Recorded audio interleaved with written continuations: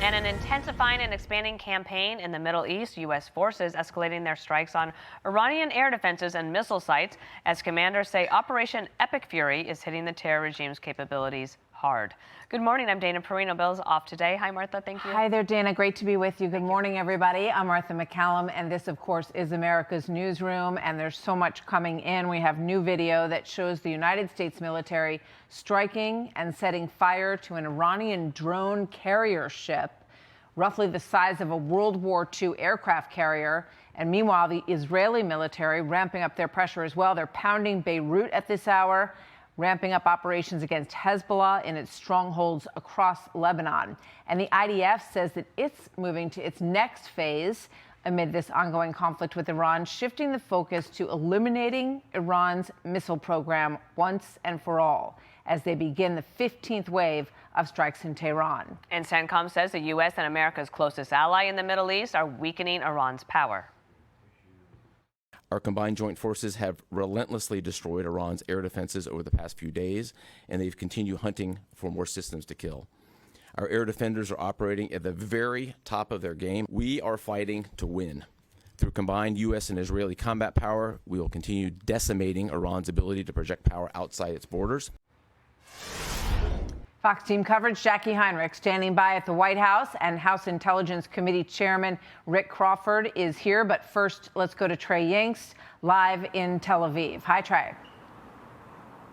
Sandra, Dana, good morning. Just last night, the Israelis launched a massive strike against the Iranian capital of Tehran. Those strikes have continued even as recently as last hour. And we have some new video here showing the Israelis targeting the compound underground that Iran's former supreme leader had planned to hide in if any sort of attack were to take place against his country. The Israeli Air Force used over 50 fighter jets and 100 munitions to strike this underground bunker. And a senior Israeli official telling Fox News that when the supreme leader was killed, he was actually above ground. He never made it to the bunker that they destroyed overnight.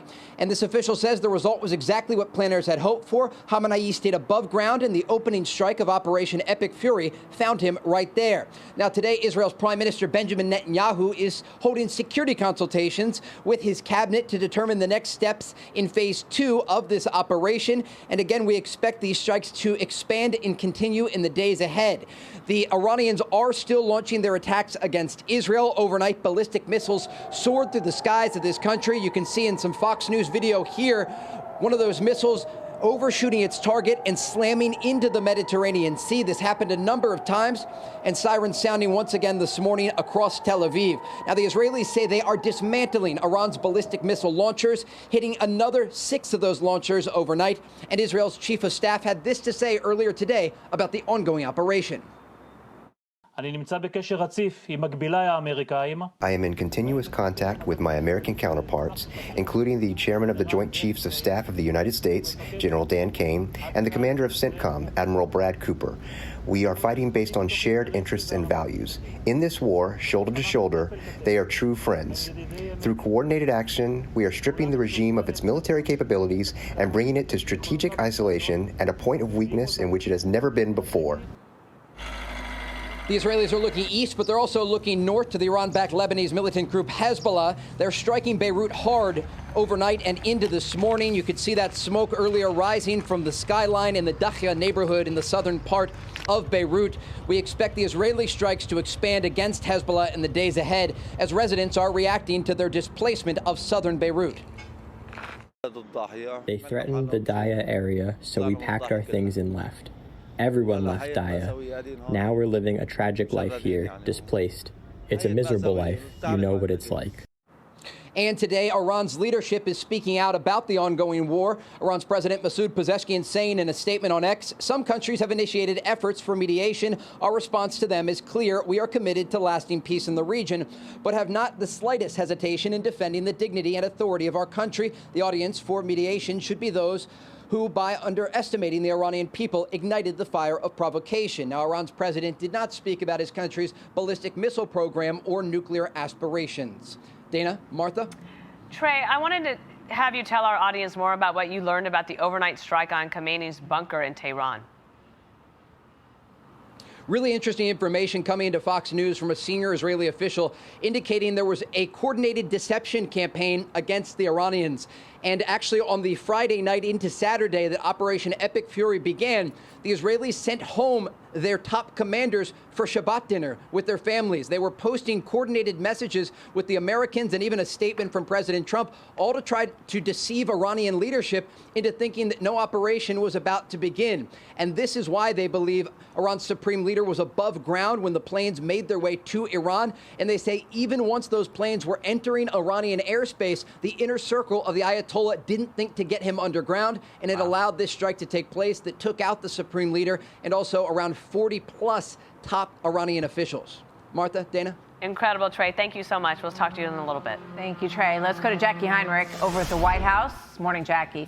Good morning to you guys. President Trump just laid down the terms of this war. He posted to Truth Social, there will be no deal with Iran except unconditional surrender. After that, and the selection of a great and acceptable leader or leaders, we and many of our wonderful and brave allies and partners will work tirelessly to bring Iran back from the brink of destruction, making it economically bigger, better, and stronger than ever before. Meantime, as this toils on, the U.S. is all in on annihilating the regime. Today, leaders from big defense contractors like Lockheed Martin, RTX, and L3 Harris are expected to meet with President Trump to talk about ramping up weapons production, especially missile interceptors. The press secretary, Caroline Leavitt, just told me this meeting was previously scheduled, indicating it's not a direct response to the war in Iran. She said, quote, the U.S. military has more than enough munitions, ammo, and weapons stockpiles to continue demolishing the Iranian regime and finish Operation Epic Fury no matter how long it lasts. Nevertheless, President Trump has always been intensely focused on strengthening our military, which is why this meeting with defense contractors was scheduled weeks ago. The president continues to call on these companies to more speedily build American-made weapons, which are the absolute best in the world.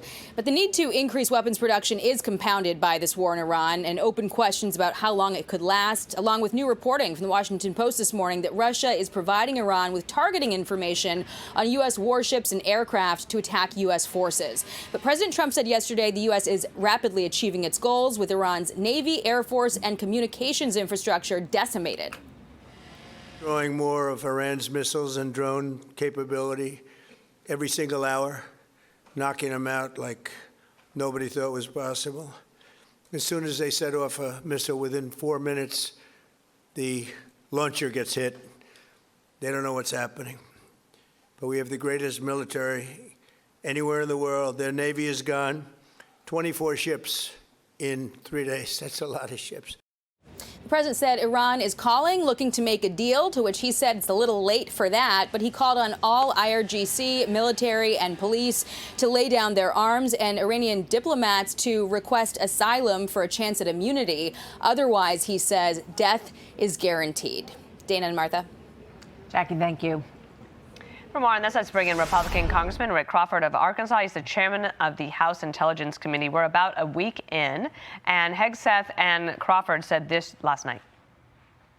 What Iran is doing by targeting allied countries that would otherwise want to stay out of this, they've actually pulled them into the American orbit. What I will point out is this is now the 12th country that Iran has attacked. 12 countries, and it goes right back to the Secretary's point. Those 12 countries are none too happy, and I look forward to working with all the partners who are willing to join us in this.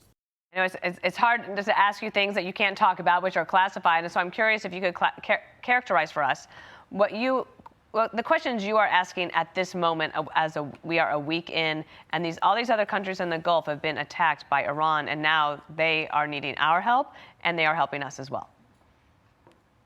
Yeah, it's an interesting dynamic. What you would have expected would have been that the Iranians would try to engender some level of support from the Gulf state neighbors. Instead, they attacked them. That doesn't make any sense. My question was, and I think what we're seeing is the potential for the complete degradation of command and control, so that you have pockets here and there that are kind of acting unilaterally without any kind of cohesive leadership that may be leading to these strikes without any consideration. So they're just not communicating. I think these attacks have so degraded their ability to communicate and exercise centralized command and control that you're seeing these kinds of things continue. And I can't verify that's the case, but it seems like that might be what's contributing to these random attacks. And it's not just limited to the Gulf states, because it's my understanding that they launched an attack on others in the region. It's like they're just lashing out at every border nation that they have. I really don't understand it. It doesn't make sense. It's not having the desired effect. It's really driving those nations into our camp. In the meantime, the Department of Homeland Security remains unfunded, and this was Hakeem Jeffries, the minority leader of the House, yesterday. A change in personnel is not sufficient. We need a change in policy. And that has to be bold, dramatic, transformational, and meaningful. At the moment, it's not like Kristi Noem was the one who was involved in negotiating anything. She was a corrupt lackey.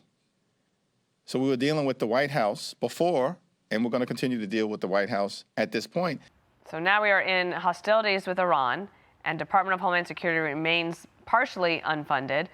And it just seems like what Hakeem Jeffries is talking about is, frankly, unreasonable. Like, the president is never going to agree to some of those things. Is there any sort of meeting of the minds happening behind the scenes we should know about? Well, we've put forward some really reasonable suggestions. For example, body cameras. Yeah. Who doesn't want body cams? Let's do that. Even the officers say, let's have body cams. It makes sense. It actually protects them as much as it does the general public. So yeah, let's do that. No, that's not good enough.